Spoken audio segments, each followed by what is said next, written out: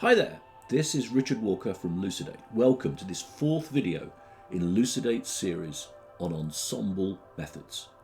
In previous videos, we've discussed decision trees, what they're for, how to build them, and how to interpret their output. We've looked at extensions to decision trees called random forests. Random forests, as the name suggests, produce a large number of diversified trees from a training dataset. A technique called bagging is used to randomly shuffle the training data to create diversified trees. All the trees in a forest will make errors, but they don't all make the same error. This means that in aggregate, they make better decisions than a single tree alone.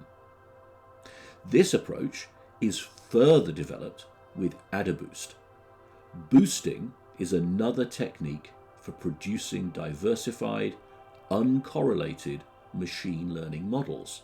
But rather than randomly shuffling the training data, the data is skewed to include more samples where previous models either gave an incorrect classification or where models have disagreed with one another. Where random forests are built in parallel, AdaBoost models are built in series. Each new model learns from the mistakes in prior models. AdaBoost typically uses very simple learners, and this helps to avoid excessive overfitting. In this video, we will compare the performance of these three approaches on our lone default dataset. As we're comparing performance, we'll make extensive use of the confusion matrix and the metrics derived from it. Metrics such as accuracy, precision, sensitivity, and F1 score. If you're unfamiliar with the machine learning models on the screen or the ideas behind a confusion matrix, there are links in the description for explainer videos on these topics. To begin our comparison of these models, let's, as ever, start with a blank canvas.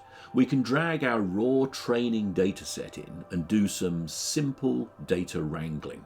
We should first eyeball our data to make sure we have the correct dataset, and then we can eliminate the ID field as it has no predictive power, as well as eliminate the field indicating that this borrower has previously had a bad rating for more than 90 days.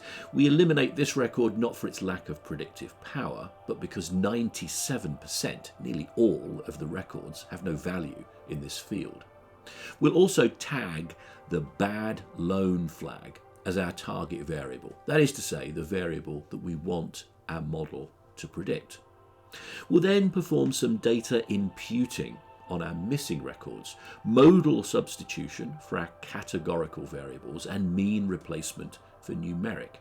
Again, if you're unfamiliar with building data pipelines for machine learning models, then Lucidate has you covered with a series of videos.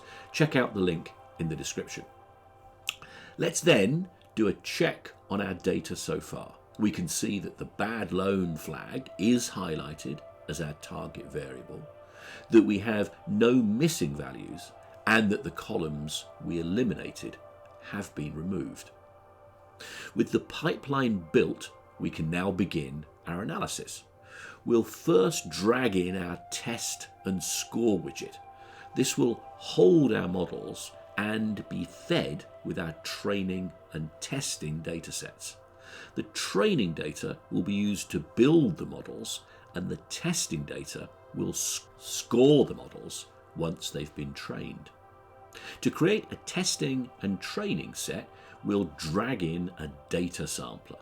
This will randomly slice the data based on a split that we specify. It's reasonably standard to use around 80% of our data to train our models and hold back 20% of the data for testing. We'll use this testing out of sample data to evaluate the performance of each model. We'll then hook up our three models to the test and score widget, our decision tree, our random forest, and our AdaBoost model. Each of these models will belong to the test and score widget as a learner and be trained on the 80% of the data reserved for training.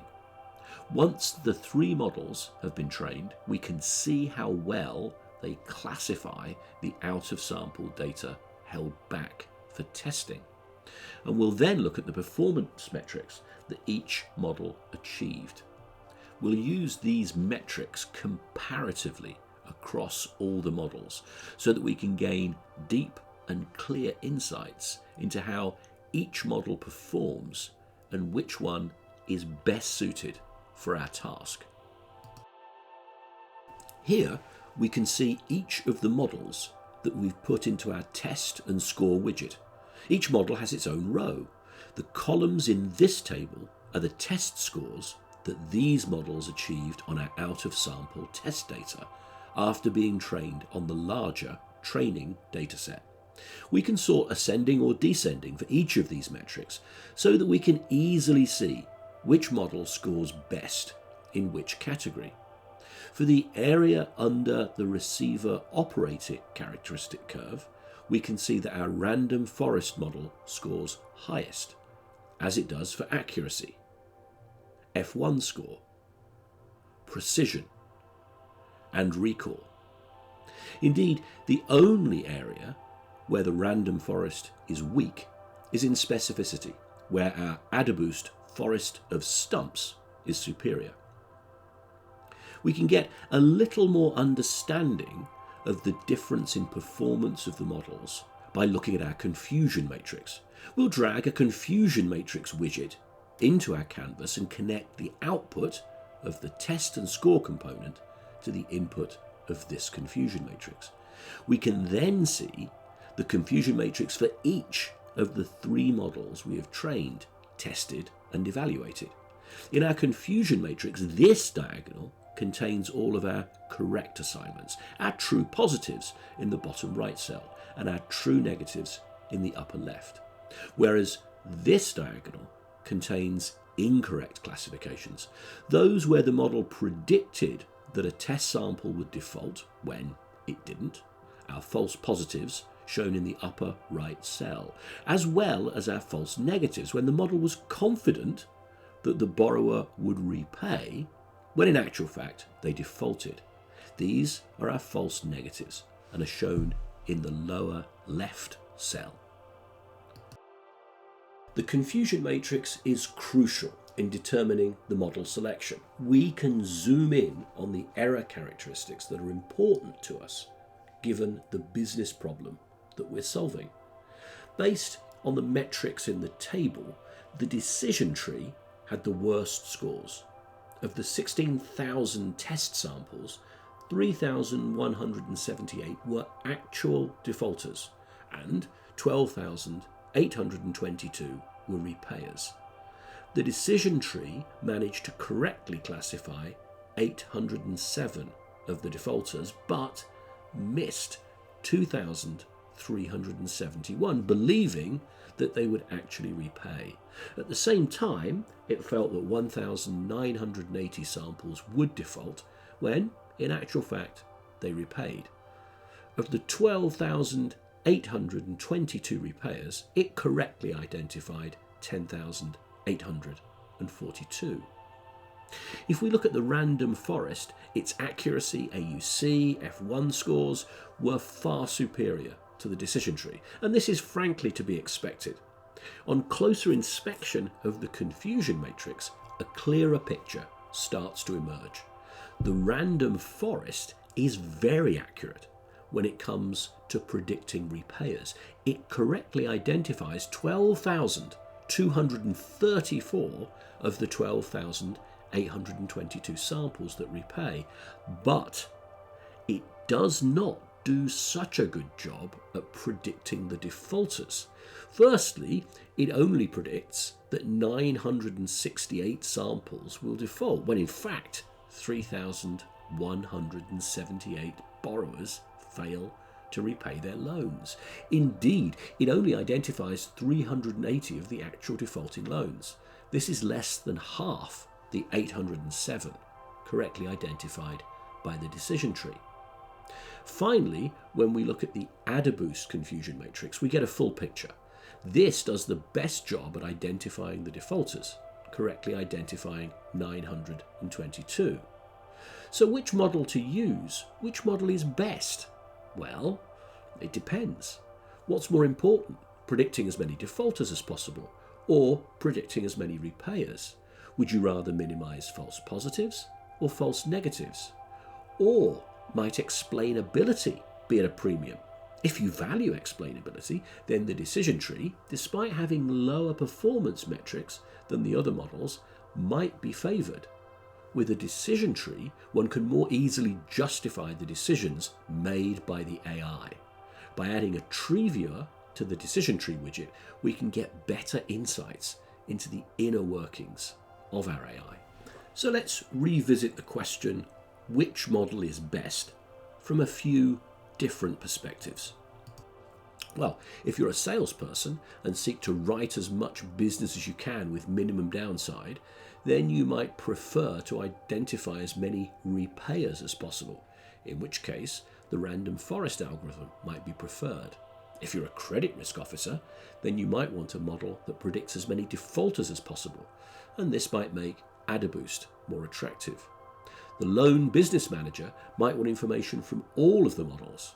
This will help her make more informed pricing decisions. She will understand that some borrowers will default, but if the interest rate charged to all borrowers compensates for the small number of false positives, then the business will be profitable.